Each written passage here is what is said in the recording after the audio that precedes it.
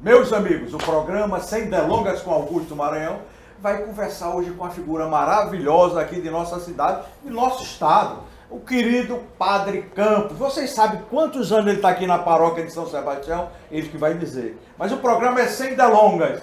Padre Campos, ligeiramente aí, nasceu aonde?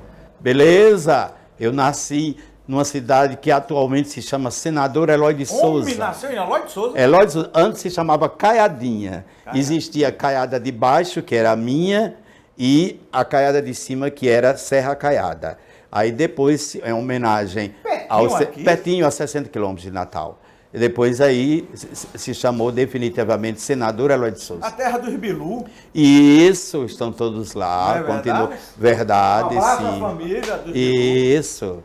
Beleza. Uma coisa, menino por lá ou já tinha vindo para Natal? Menino, pouco tempo, porque eu sou de um tempo, eu vou fazer 48 anos de padre. Eu sou de um tempo que a gente entrava no seminário criança, não sabia nem o que era ser padre. Eu entrei a família já botavam para ser padre. Né? Mas a gente queria, não é? Então, juntou o bom com o agradável. Então eu entrei aos 13 anos. Entrou aonde? No seminário de São Pedro, aqui em Natal, sim, na Campos Sales. Eu tinha terminado, lembre, tudo era outra linguagem, viu? Primário? O curso primário, aí vim fazer o primeiro ano ginasial em Natal. E aqui terminei o primeiro grau, segundo grau, não é? Depois fiz vestibular, fiz letras, entrei na Universidade Federal, não existia nem o campus ainda, nós estudávamos na Fundação Zé Augusto, terminei letras na Jundiaí, exatamente. Depois fomos para o Anísio Teixeira, então, Faculdade de Educação. E ali terminei os meus estudos. Naquele tempo havia uma solenidade única, não era essa história, cada turma faz a sua festa, não. E eu fui escolhido em concurso para o orador de todas as turmas concluídas. Já vem moendo desde essa época? Desde esse tempo, em 1971. Mas, meus amigos, apresentando aqui o nosso apoio aqui, o historiador Cassimiro Júnior, que também é fera no assunto. A gente vai tratar aqui de Padre Miguelinho, esse herói que tem prédio, tem escola, mas é um desconhecido na cidade do Natal. Esse é o foco de nosso bate-papo. Mas aí, voltando aqui ao Padre Campos. Isso. E por que padre mesmo? Pois é, aí realmente é uma coisa que vocação... É vocacional. É vocação. A gente explica até um certo ponto. Há um outro ponto, chega um momento que a gente para e diz, é Deus que quer, então a gente vai, não é? É verdade. E aí tem que contar com o apoio, família católica e das pessoas todas. Então me ordenei em 1975, juntamente com o atual arcebispo de Natal, Dom Jaime, que está... Você é da turma dele? Somos da mesma turma, entramos no seminário juntos. E o padre Cassiano, já falecido, que era pároco daqui das Quintas. E aí, depois que nos ordenamos, ficamos juntos, assumimos um trabalho lá naquela região de Pendências, Ipanguaçu, por acolá, Alto Rodrigues. Depois eu vim para Tangará, fiquei 5 anos, Tangará, Natal, e aqui estou.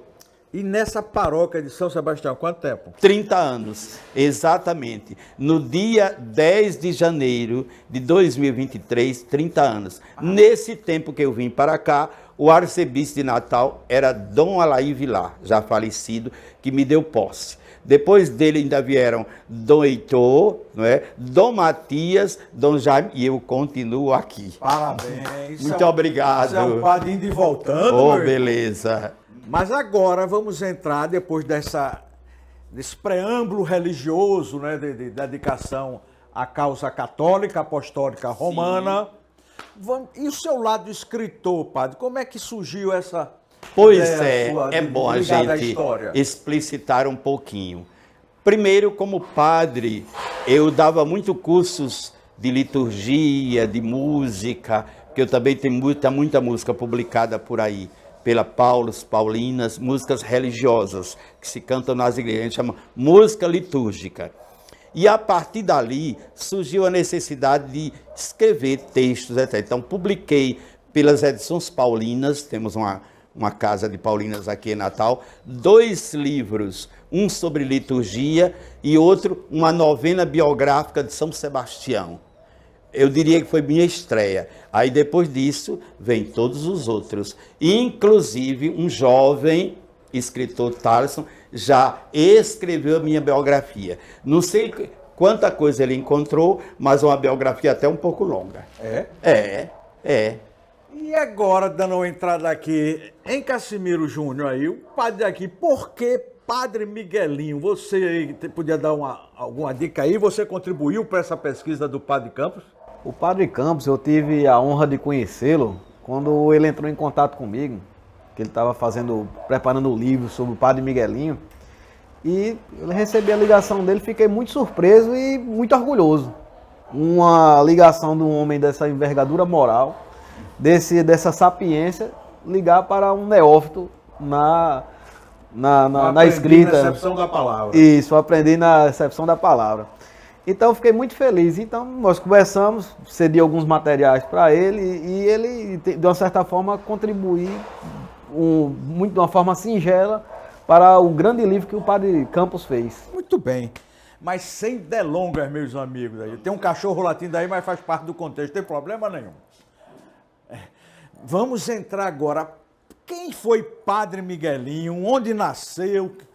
Por que essa dedicação a Padre Miguelinho, Padre Campos? Pois é, chegando em Natal, ainda como seminarista, estudante, na década de 60, 70, percebi que havia Padre Miguelinho, diziam que ele havia nascido lá na Ribeira. Tem uma placa. Tem uma placa, lugar do nascimento. Descobri que havia um colégio, meu irmão estudou no colégio Padre Miguelinho.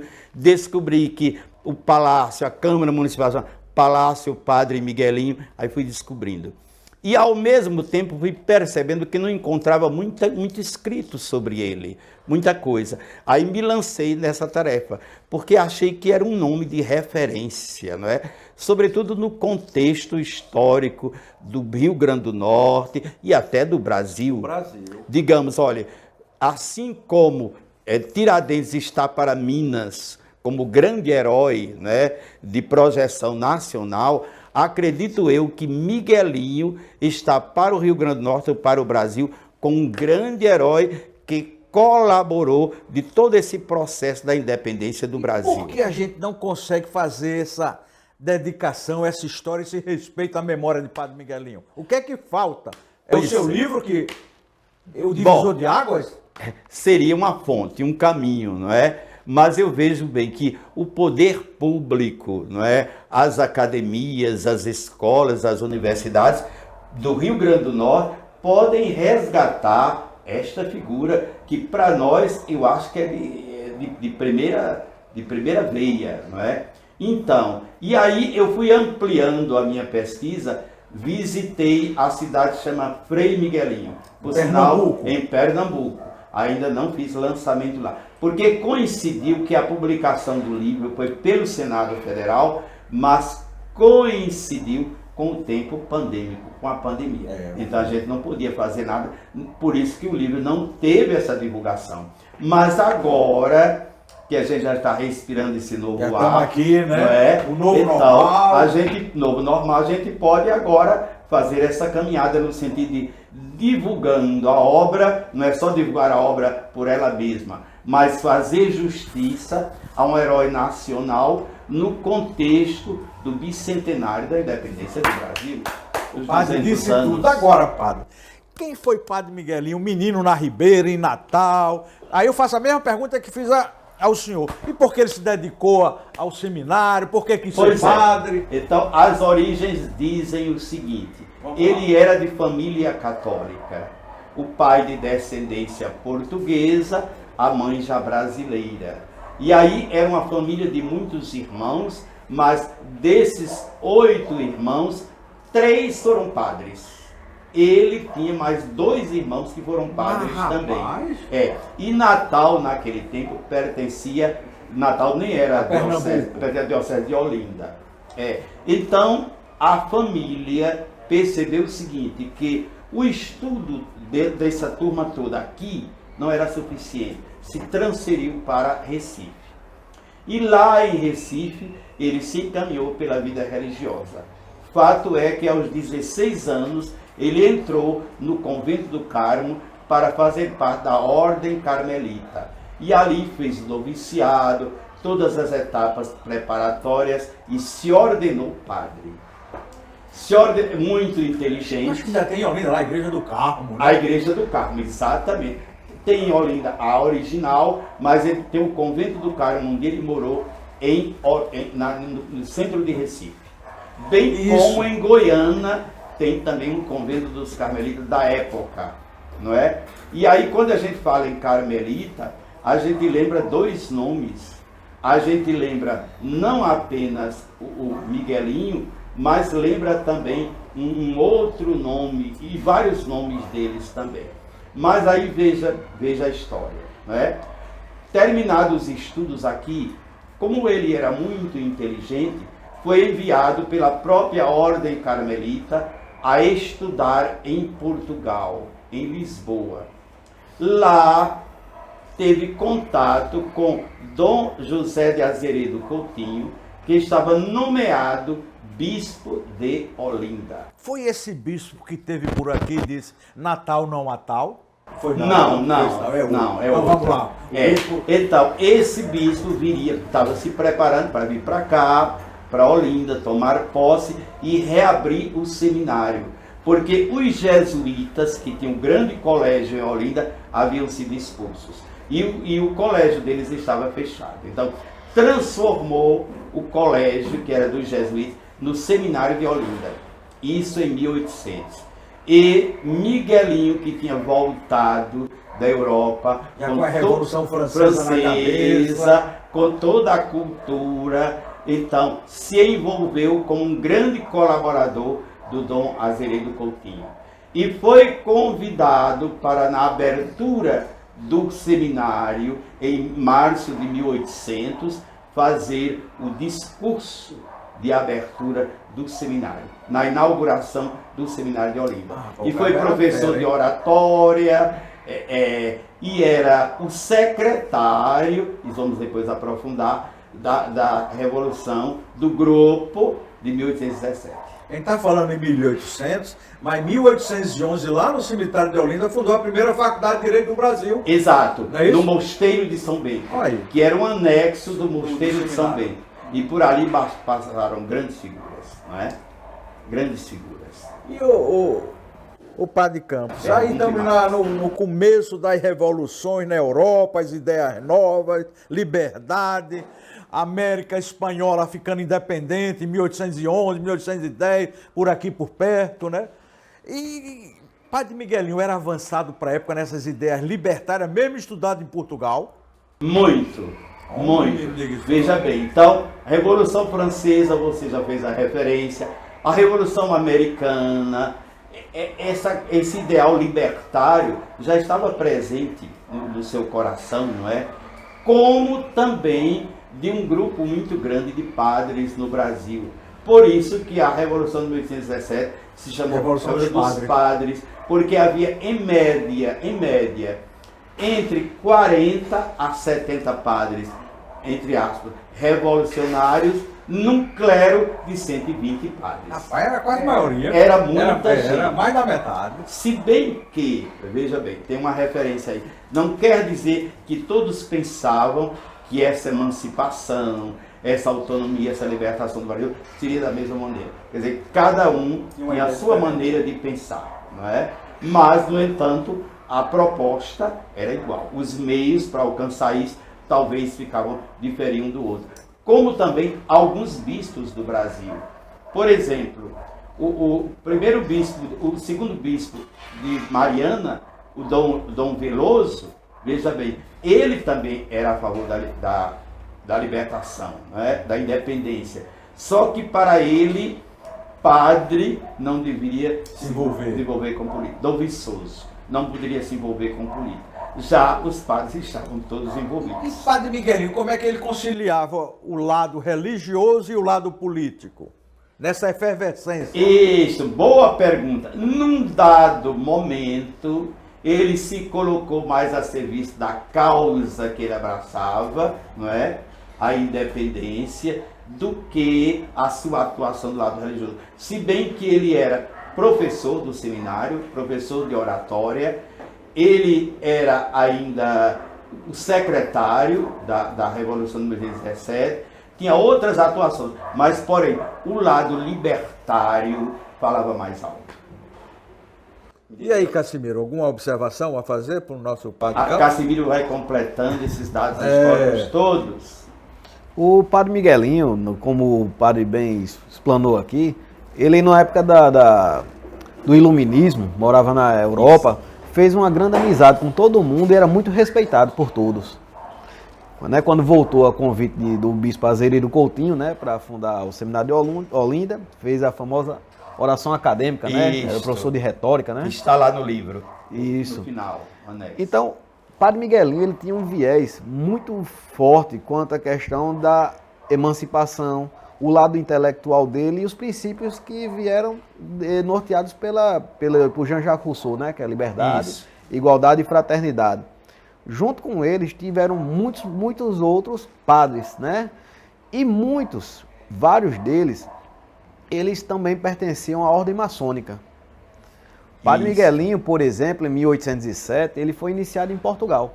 Aí ele entrou na ordem maçônica em Portugal. Isso, já em 1807. E o bispo Azeredo Coutinho também era maçom. Era tudo irmão. Todos irmãos, e tinham vários daquela geração.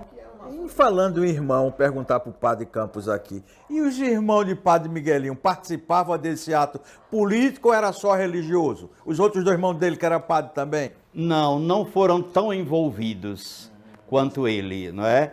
Veja, agora a Clara, a irmã dele, que morou com ele até a morte, até ele ser transportado para a Bahia, para Salvador, essa sim, colaborava diretamente. Era envolvida com os autos, os documentos. A gente está falando aqui do envolvimento da Revolução de 1817. A Revolução Pernambucana, a Revolução dos Padres, a Revolução dos Maçons. Então ele está falando aqui no envolvimento da irmã nesse contexto revolucionário. Clara, que era também norte rio-grandense. Né? Então ela morava com ele em Olinda. E era com ela que ele partilhava um pouco as suas preocupações, etc. Então, sabendo que estava com os dias contados para ser preso, né, porque a Revolução conquistou o espaço que queria por 70 dias. Né? Foi um governo de 70 dias. Depois se dissolveu. Isso a gente está falando de março de 1817. Ou seja, o auge foi em março, em maio ela já estava falida, não teve sucesso. Estamos falando no governo de Dom João VI. Aqui, não é isso? Exato, ele muito bem. E aí, veja bem, Miguelinho prevendo que os cabeças seriam punidos e mortos e tudo isso, não é? Então já estava prevenido de a qualquer hora alguém chegaria para levá-lo prisioneiro. A irmã Clara já estava ciente disso também. Ele a preveniu. Que fez? Para que os colegas, os companheiros de luta, de ideal, não fossem punidos da mesma maneira, pediu à irmã Clara para ajudá-lo a queimar todos os documentos. Acabou-se os registros exatamente, que comprometiam todos os colegas, esse grupo revolucionário. Os outros padres revolucionários. Então, toda essa documentação realmente não chegou até nós, porque foi queimada a pedido do próprio Miguelinho. Eu vou fazer uma pergunta aqui para o padre descansar. O irmão Cassimiro aí, o historiador Cassimiro Júnior, onde está a diferença? A Revolução dos Padres e a Revolução Maçônica? Ou se engafiavam tudo junto? Como você acabou de citar, elas se engafiavam, porque era a mesma mentalidade. Saiu das academias maçônicas, que chamam as academias, né? Então as lojas maçônicas disfarçadas, bem como o seminário de Olinda, onde tinha efervescência. Só que a Revolução de 1817, ela teve outro lado embrionário. Em 1801, houve a conspiração Suassuna. Isso. E vários acabaram, né, no engenho do Coronel Suassuna, e vários deles acabaram presos pela devassa. Então, por exemplo, até o o irmão dele, Antônio Inácio, chegou a ser um dos arrolados na Nevassa. André do Albuquerque, Maranhão. Também. José Inácio Borges. Tudo maçom. Todos mações. O governador do Rio Grande do Norte, na época, que Andrezinho, que era maçom, prendeu o irmão? Prendeu. Exato. São ironias da história. Desculpa. Não, mas aí um fato que ele colocou que eu acho muito importante. O seminário de Olinda já formava os futuros padres com essa mentalidade. Então, participar desses ciclos, desses grupos maçônicos, era uma coisa normal. Era normal. Era normal. Inclusive em També, né? Ainda tem uma referência, não é, de uma loja maçônica da época que foi preservada. E que tem, segundo dizem, o próprio Miguelinho chegou a frequentar algumas vezes. Porque de uma maneira muito época, discreta. A maçonaria era lá mais do povo de cabeça, de cultura. Os intelectuais, os ela letrados. Não chegava... Os então, letrados. O padre era inteligente, um comerciante inteligente, um coronel inteligente, tudo participava. Isso. É mais um clube filosófico. Ia discutir ideias, a questão da religiosidade, da irmandade. Já a religiosidade, qualquer fé era aceita para discutir, conversar, era mais um clube filosófico. E muita gente não entendia o que acontecia lá dentro. Achava que era os coisa... segredos, né? Os segredos, diziam que era uma coisa... misticismo. Uma coisa secreta. Até mesmo a questão do negativo, coisa que não tem nada a ver. Então eles iam discutir isso. E para o momento que estava acontecendo, né, dos ideais de liberdade, o Brasil estava... Napoleão Bonaparte botou a família real para correr, tendo uma mudança muito grande, tanto aqui como no mundo. Então, houve muito disso. Interessante que essa revolução explodiu em Pernambuco, Paraíba, Rio Grande do Norte. Quando chegou aqui em Andrezinho de Cunhaú, a mãe dele disse: menino, tu é doido, tu vai na onda dos padres, tu não vai se dar bem. Foi isso, Padre Campos? Foi isso. E os seus restos mortais, segundo conta, estão sepultados na matriz. Eu fui lá no reconhecimento. Nossa Senhora da Apresentação. Eu tive lá. Não é? Foi. Mas a mãe alertou ele. Alertou. Não vá nessa onda, não. Mas o ideal era maior do que um conselho que ele foi, alguém da família. E o coronel Inácio Borges foi lá em Cunhaú. Andrezinho, não vá nessa onda, não. Isso. Fique na sua. Aí ele disse: eu vou pensar. Aí quando o governador voltou no cavalo, foi dormir no Engenho Belém, em São José de Pimbu. Isso. Na terra do primo de Andrezinho, Luiz de Belém. Andrezinho foi lá e prendeu o irmão maçom. Prendeu. Mas, rapaz... Interessante, porque como a gente vê que a história vai e vem toda a vida. E ela está toda interligada. A gente falou do Areópago de Itapambé, de 1796, a questão do que houve no Engenho Suassuna, em 1901, que foram preparatórios até chegar à eclosão do movimento em 1817. E várias dessas pessoas que participaram foram arroladas naquela época. E tudo vai vendo, até mesmo a questão da vinda de José Inácio Borges para ser governador. O coronel Suassuna, para terem uma ideia, ele, quando acabou sendo preso e tal, quando reatou com a coroa, o que foi que aconteceu? Mandaram ele para ser governador do Rio Grande do Norte.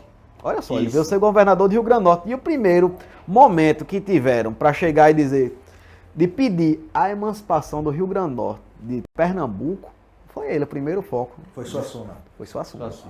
E é interessante, do contexto do Nordeste, algumas iniciativas pró-revolução fracassaram. Por exemplo, a Bahia e o Ceará não participaram. Então, o governo provisório se consolidou com a Paraíba, Pernambuco e Alagoas, né? E aqui do Rio Grande do Norte, nós não só tivemos Padre Miguelinho, não. Nós tivemos mais 9 padres envolvidos. Padre Montenegro. Isso, vários padres envolvidos na Revolução. E leigos, uma média de 40 a 50 leigos. E aí daí porque, por exemplo, Porto Alegre, Martins, Apudi, foram também sedes provisórias do governo revolucionário. É interessante, não é? Então, essa história, com a participação desses personagens do Rio Grande do Norte, eu diria que o meu livro apenas abriu um caminho. A gente precisa aprofundar muito mais, né? muito mais. Mas a documentação é quase nada. Eu cheguei aí a Porto Alegre, a Apodi, a Martins, não havia absolutamente nada, a não ser os documentos da igreja, mas o livro número 1 que falava disso aí não foi encontrado, e de modo que a parte documental fica muito difícil, né? Meus amigos, estamos chegando ao encerramento do nosso primeiro tempo aqui, com Padre Campos, com apoio aqui do historiador Cassimiro Júnior, sobre o tema Padre Miguelinho. Esse homem que tem escola, tem Câmara Municipal, tem loja avenida, maçônica, cidade. Mas é um esquecido. É. E a gente vai resgatar através aqui desse cidadão aqui, ó, o querido Padre Campos, que vamos abrir o livro dele agora no segundo tempo. Corta, Marinês!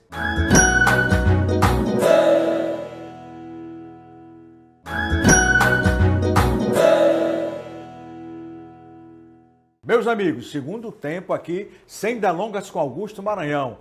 Aqui, ó, Padre Miguelinho, José Freitas Campos, o Padre Campos. Rapaz, o que a gente conversou aqui, ele diz assim, Miguelinho, padre, herói revolucionário, quem conhece? Quem aqui do Rio Grande do Norte conhece o Padre Miguelinho? Né? Vamos descobrir agora com esse livro o que ele fez. Mas sem delongas, padre, quem o conhece, Padre Miguelinho? Esse seu livro aqui. Pois é, para se tornar um instrumento de divulgação, de conhecimento, nessa trajetória histórica, a gente seguiu um esquema, começou, como já conversamos, com a genealogia, não é? A família, eu já disse aqui, que a família de Miguelinho era uma família sacerdotal. Havia 3 irmãos padres. Depois ele teve uma vida acadêmica brilhante, era um homem inteligente, não é? Por isso vai estudar fora, na Europa. Estudar na Europa era fazer parte de uma elite, inclusive intelectual. Só estudavam na Europa os filhos dos senhores de engenho, né? Ou eram custeados por eles mesmos. Então, quando Miguelinho retorna da Europa, se encontra, porque já havia se encontrado lá em Lisboa, com o bispo Azeredo Coutinho. E aí nós dizemos que com ele faz uma verdadeira parceria. Depois, aquilo que Cassimiro lembrou, eu lembrei também, o seminário de Olinda. O seminário estava fechado. A inauguração deste seminário, em 1800, foi uma referência, digamos assim, foi uma concretização de um sonho de liberdade, não é, de independência, a partir dos que frequentavam aquela casa, que era não apenas os que iam ser padres, mas outros jovens, filhos abastados, que tinham acesso ao estudo. E a partir dali, a figura de Miguelinho começou, vamos dizer, como dizemos hoje, a brilhar na mídia, a aparecer, né? Foi professor de retórica, era um grande orador, e aí entrou de cheio na Revolução de 1817. E quando ele entrou de cheio, a Revolução aconteceu em Pernambuco, Paraíba, Rio Grande do Norte. Andrezinho veio prender o governador, assumiu o governo aqui. E por que essa Revolução não prosperou? As ideias libertárias não prosperaram? Cassimiro pode dizer alguma coisa, mas eu penso o seguinte, é que este grupo revolucionário, digamos assim, eram chamados patriotas, né? Que queriam tomar o governo das mãos dos portugueses e agora dar essa nota de brasilidade, não é? Que essa independência como um processo vai acontecer 4 anos depois, não é? Isso. 1817, 1822, não é? Isso. Aquele marco histórico do grito, que vai ser um outro capítulo da história do Brasil.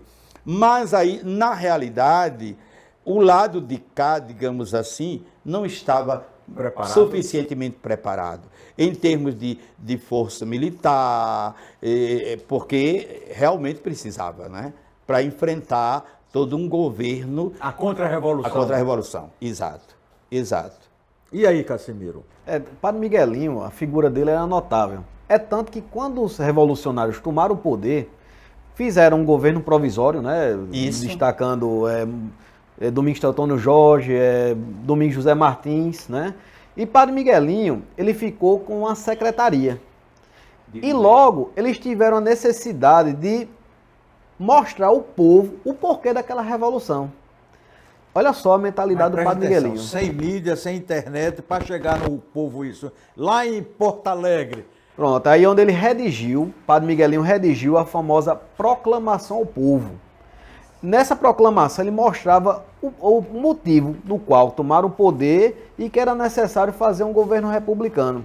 E detalhe, Miguelinho, quando ele esteve na Europa, ele viveu aquela fase da Revolução Francesa. Ele presenciou a fase do terror. Ele também passou pela França. Também, né? E ele não queria... A grilhotina. Isso, ele não queria que o jacobinismo viesse aqui para o Nordeste. Não viesse aqui em terras pernambucanas. Muito importante você está dizendo aí. Então ele observou o quê? Ele não pediu nesse documento que os brasileiros não tivessem, apesar da brasilidade, da Revolução, tudo aquilo ali, que aquilo ali foi algo concreto que houve. Nunca, foi um ineditício, foi a única revolução a vencer os portugueses.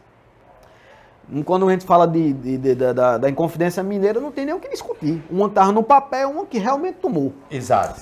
Então, o que é que ele sugeriu? Que os brasileiros não tirassem suas diferenças contra os portugueses. Não queria um jacobinismo, não queria um banho de sangue em nosso solo. Seria uma revolução sem derramamento de sangue. Aí a pergunta que você fez, sem mídia, né? Então, esses padres revolucionários, em média de 70, também tinham a sua mídia social, digamos assim, que eram as paróquias, as cidades onde eles tinham a liderança.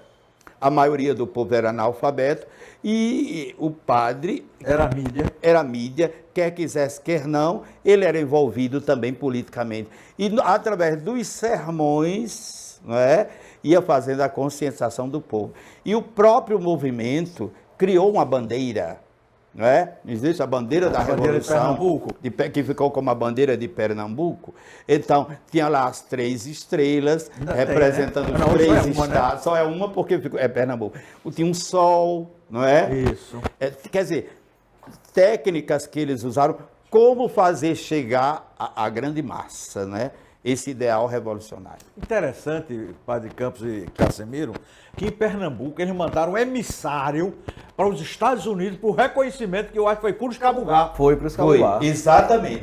E mandaram depois também outro lá, Gervásio Pires, buscar arma, o navio dele. E não trouxe nada. Não trouxe nada. Não deu em nada. Não deu em nada. Houveram vários emissários. Voltando aqui para os padres, por exemplo, o Padre Roma ele foi descer para a Bahia. Padre Roma, que era o pai do general Abreu Lima. Isso. E virou padre depois de velho. E lá foi morto. Aí pronto, ele morreu quando o Zaco judou e foi acabuzado. Então, já para aqui, para o Rio Grande do Norte, veio o Domingos, o padre João Damasceno Xavier Carneiro. Isso. Ele veio para cá. Já o padre... Era de Goianinha, era? Daqui de São José. São José e de Extremóis. Mas teve uma liderança naquela região. Isso. Já para o Ceará, lá para a região do Crato, que apenas durou 9 dias, teve uma atuação discreta, foi quem? Foi José Martiniano. E lá ele entrou em contato com sua mãe, Bárbara de Alencar. Isso. José Martiniano de Alencar, de onde veio o escritor José de Alencar, da mesma família. José de Alencar é filho de um padre. É filho de um padre. Não diga isso. José de Alencar. Mas naquele tempo era normal, é uma realidade normal, não é? Fenomenal. Então, agora, estes padres, um detalhe, que estavam à frente do ideal revolucionário, eram padres preparados intelectualmente e que tinham lideranças nas suas comunidades, né? Então a gente lembra, por exemplo, Itamaracá, a gente lembra... Padre Tenório de Tenório, exatamente. Padre Roma, você já falou, não foi? Ribeiro. O padre Pedro de Souza Tenório de Itamaracá, já falamos. Tinha também o padre Antônio do Sulto, maior Bezerra de Menezes, que era de Goiânia, viu? O padre João Ribeiro. João Ribeiro. O João Ribeiro foi uma grande figura, que foi um dos 5, não é? Foi o presidente do diretório. Contra a Revolução. Aí pegaram os padres todinho. Pegaram. Pegaram. Aos poucos, mas foram todos. Alguns tiveram sorte, né? E teve algum que disse, não, era só brincadeira, eu não estava levando esse negócio. Assumiram. Assumiam Por mesmo. exemplo, eu estou me lembrando, Frei Caneca... Em 24. Chegou a ser condenado ainda, foi à Bahia, ficou na masmorra, mas depois foi libertado. Porque morreu fuzilado bem depois. Mas bem depois. Lá em 5 pontos. Mas bem depois. Mas aí Padre Miguelinho, a Revolução acabou, veio o Conde dos Arcos, que era nocego. Isso. Disse, vou acabar com todo mundo. Acabou com os Albuquerque Maranhão, quase dizima a família toda. E pegou o Padre Miguelinho, vamos Padre Roma, vamos matando. E como foi esse episódio de Padre Miguelinho? Porque esse homem, que era um cruel, quis livrar a cara de Padre Miguelinho? Pois é sempre assim, tem o bonzinho, não é? É um Pilatos, não é? Isso. Lavar as mãos, mas a coisa já estava caminhando. A água já estava baldeada, né? Então ele queria dar uma de bonzinho, de complacente, de misericordioso, e aí apresentou o documento dizendo, mas esse documento aqui que o compromete mais, a assinatura é sua? Então Miguelinho olhou, respondeu, é minha. Apenas essa última letra não saiu muito clara, porque na hora da minha assinatura faltou tinta. Mas sou eu. Devagar que eu estou meio lento. Quer dizer, o Conde dos Arcos chamou. Aí disse, essa assinatura aqui da Revolução, tem uma assinatura aqui que eu acho que não é a sua, não. Aí o padre disse, aí ele disse o quê, padre?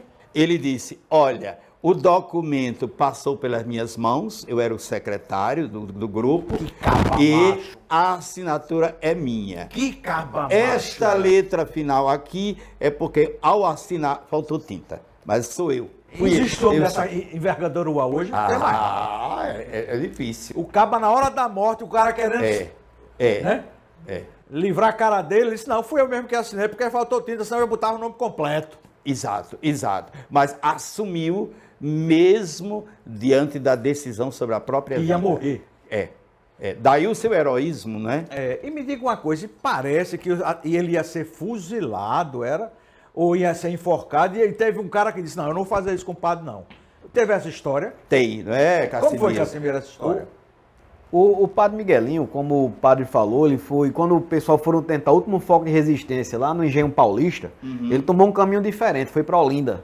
Foi pro foco para ser preso. Isso, aí chegou lá, como ele era o secretário, tinha em mãos muitos documentos comprometedores, puxou sua irmã, Dona Clara de Castro, e ajudou a queimar documentos de muita gente, muitas provas. Por isso que não existe muita documentação. Aqui que não consegue documento. Isso. Ali estava toda a parte dos autos, de todos as atas. Em vez dele fugir, não, disse, não, eu vou livrar a cara do Isso. Eu vou assumir, mas vou livrar, né? Pronto. Aí quando ele foi preso, foi levado lá para as mãos do Conde dos Arcos. Lá na Bahia. Na Bahia. Essa gentileza do Conde dos Arcos também é todinho pedindo também o quê?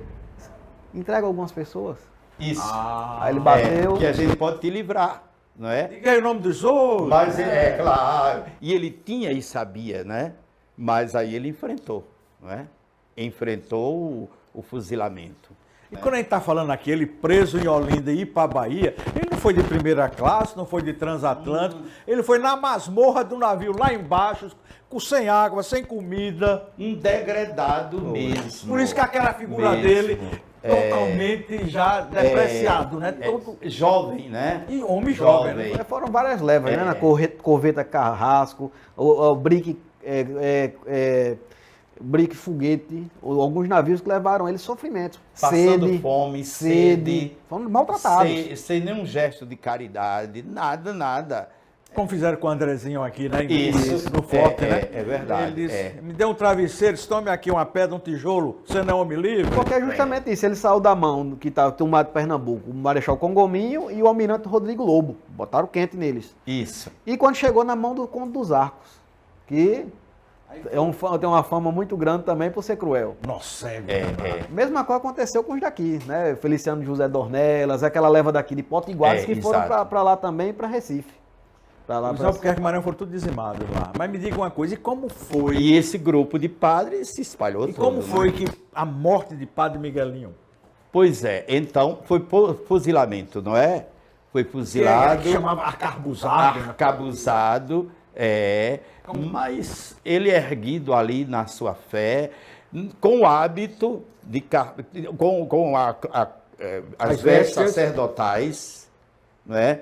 Em momento nenhum. De padre. Vestido de padre. Com crucifixo. E é interessante um dado anterior, que apesar dele gozar da amizade profunda com o bispo de Olinda, a quem ele estava submetido aqui, depois de todo esse envolvimento, arrefeceu um pouco a amizade, mas o bispo nunca o puniu e nunca o denunciou, não. Viu? Porque o bispo também tinha um pensamento igual a ele, né? Talvez o prevenia de não se expor muito ao perigo e tal, fazia parte, né? Recomendava, mas mesmo assim ele se manteve fiel até o fim. Diga aí, irmão. É interessante que a questão da morte do padre Miguelinho, alguns historiadores eles entram em contradições. Bom. Por exemplo, a historiografia geral diz que ele foi fuzilado, foi arcabuzado. Arcabuzado, é. Já Muniz Tavares, Monsenhor Muniz Tavares, que também participou da Revolução, era contemporâneo dele, né? Frei Caneca Novinho, tudo, entre outros, ele já disse que o padre Miguelinho, quando ele saiu na sua marcha para a morte, para o martírio, ele foi com alva branca com a corda no pescoço. Aí só diz isso.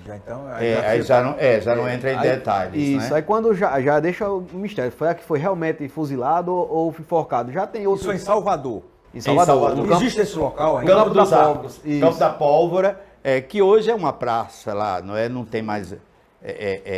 E agora, para nós do Rio Grande do Norte, esse morticínio, digamos, esse martírio de 12 de junho, não é? De 1817, que deveria constar mais no calendário. Um dia antes do Santo Antônio. Exato, véspera de Santo Antônio. Exato, que hoje a gente diz que é o dia dos namorados, não é? Do dia 12. Foi exatamente esse o dia do martírio de Miguelinho, na Praça da Pólvora, né? Então essa duas foi arcabuzado ou enforcado, é isso? Oliveira Lima, na sua obra, ele já diz, porque Muniz Tavares escreveu um livro, História da Revolução de Pernambuco. Que faz outra leitura. Isso.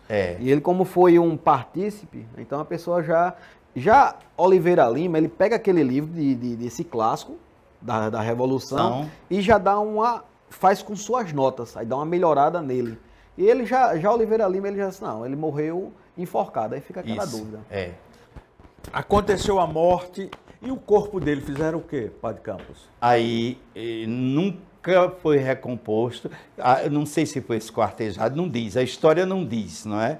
Pode ter sido esquartejado, como foi o Padre Tenório. Tenório e outros. O Padre Tenório pegaram um pedaço dele, botaram em Goiânia. E Itamaracá levaram a cabeça dele, o pé. Foi exposto, é verdade. Mas de Miguelinho não tem, não é? A história o que foi o depois da morte, o que foi feito do seu corpo? Para ter uma noção, a maldade era tão grande, a pedagogia do poder para punir os revolucionários. O padre João Ribeiro, ele morreu, se matou, tomou veneno e se enforcou. Suicídio. Aí pronto, aí enterraram ele lá em Paulista. Então pegaram ele, desenterraram e esquartejaram. Diga devagar que eu sou beleza. O cara suicidou-se, enterrado, e a turma do poder da contra-revolução, não, essa morte é pouca. Você tem que sofrer mais. Vamos mostrar o... Pra ninguém copiar ele. Isso. Desenterraram o homem. Muita gente, alguns na Paraíba, cortaram mãos para não pegar em arma, arrancaram a cabeça para não pensar. E expunham na rua público, né? Isso depois que ele percebeu que a Revolução fracassou. Isso. Aí, para não se entregar e para não ser morto como os outros, ele se suicidou. Tirou a própria vida. É verdade. Vai desenterrar o homem. Mesmo assim, cruelmente desenterraram e colocaram nas ruas. Como foi bem citado por Augusto, né, pelo padre, né, do dia 12 de junho, esse ano está completando 205 anos do seu martírio. Do martírio de Miguelinho. Que não poderia passar branco. Fora o livro do nosso Padre Campos, qual o respeito à memória de um homem desse calibre? O que é que a gente pode fazer para que o potiguar, o natalense, faça reverência a um homem dessa importância histórica para o Brasil? Como disse, mais do que Tiradentes. Claro. Que ele fez. O que o padre Miguelinho fez, para ter uma noção, fruto da Revolução de 1817, 5 anos depois teve a independência do Brasil, a pavimentou. Certo. Olha abriu só. Os caminhos, abriu os caminhos. Do povo. Houve a punição às academias maçônicas em 1818, com a Revolução da Revolução de Lisboa, teve também punição. E aqui, fruto dessa revolução, que nós pertencíamos a Pernambuco, houve a emancipação de Alagoas, por se manter Pernambuco perdeu território. Isso. Ele perdeu em 17 por manter-se fiel o interior da coroa. Bahia era tudo Pernambuco. Já o Rio Grande do Norte, que nós fazíamos parte de Pernambuco. Isso. Então, em 1800... Viraram a alfândega, né? A independência do Rio Grande do Norte. E foi em 1818, fruto dessa revolução, que Padre Miguelinho, indiretamente, até mesmo contribuiu para o Rio Grande do Norte. Influenciou. Com certeza. Com a vida dele conseguiu isso. Aqui em Rio Grande do Norte, nós tivemos várias comemorações. Em 1917, no centenário, fizeram um obelisco, em homenagem a André de Albuquerque, Maranhão. Lá na praça, em frente à matriz da apresentação, a antiga catedral está lá. Não, a gente não consegue fazer nada. Augusto, há 100 anos. Teve a inauguração do monumento da Praça 7 de Setembro. Isso. Vai fazer 100 anos agora. Então, estou dando um exemplo desses dois. Que também... Nós vamos ter 200 anos da independência. Da independência. E foi pavimentada, como você disse, por eles. Por 17. Por esses vultos. E a gente tem que compreender a independência do Brasil não como um grito, uma coisa assim. Não, foi um processo, né? Quantos deram a vida, né? Miguelinho e inúmeros outros, para chegarmos à independência, como um processo, né? Como uma etapa. Quer dizer, o Brasil, a gente não pode dizer que estamos totalmente independentes, porque a independência, a liberdade, a autonomia, ela não se esgota em anos. É constante, né? É constante, é um processo de conquista, né? Então, quando a gente conquista, quando a gente busca a redemocratização, nós estamos mantendo a figura de Miguelinho, que contribuiu para que chegássemos a um país soberano. E 12 de junho, o que é que se vai fazer? 12 de junho, durante os 200 anos, tiveram algumas solenidades, né, palestras, tudo. Teve uma lá na Academia Norte-Rio-Grandense de Letras. Teve no Instituto Histórico, teve lá no Instituto Ludovix, né, que nós nos conhecemos lá. Nós fomos. Então, comparado ao que houve, foi uma homenagem singela. Lembra? Até a maçonaria fez uma loja maçônica, Padre Miguelinho, fez uma placa e doou para o Instituto Histórico, né? Mas de monumento só foi essa placa, aos 200 anos. Para ter uma ideia, no ano da Revolução, dos 100 anos da Independência, do centenário. Do centenário da Independência e do centenário da Revolução em 1817, fizeram esses dois monumentos, com palanque governamental, estou fazendo um paralelo entre os dois, um povo na rua, lotado, existe foto sobre isso aí. A de 1817, que é do Padre Miguelinho, fez parte. Na casa dele teve uma missa campal, a banda de música conduzindo 1917. o povo. Isso, a banda de música da PMRN, conduzindo o povo, aquela procissão para inauguração do monumento. Mesma coisa em 1922, no centenário. Fizeram um hino patriótico a Padre Miguelinho, Luiz de Zindo e Henrique Cassiano. Cassiano, né? Eu coloquei aqui. Isso. Teve muita coisa. Já hoje...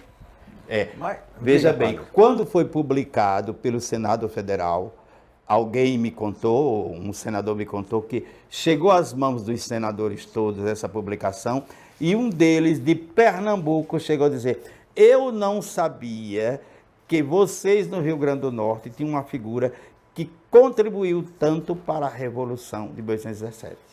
Para mim, este nome Miguelinho, Padre Miguelinho, do Rio Grande do Norte, ainda era desconhecido.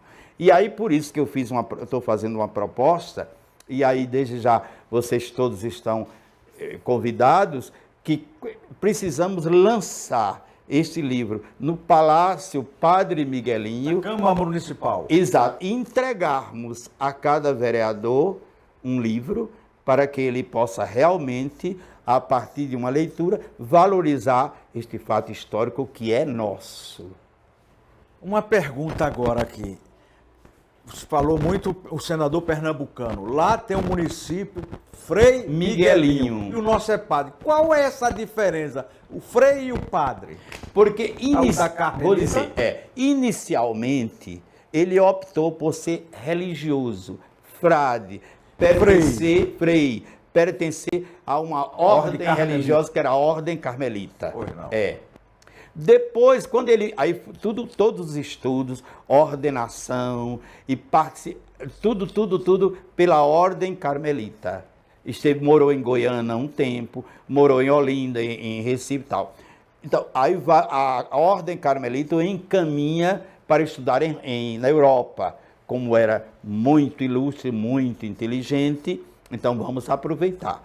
Lá ele tem aquele contato com Azeredo Coutinho, que estava nomeado bispo de Olinda e estava vindo para cá para tomar posse, já fez a grande amizade.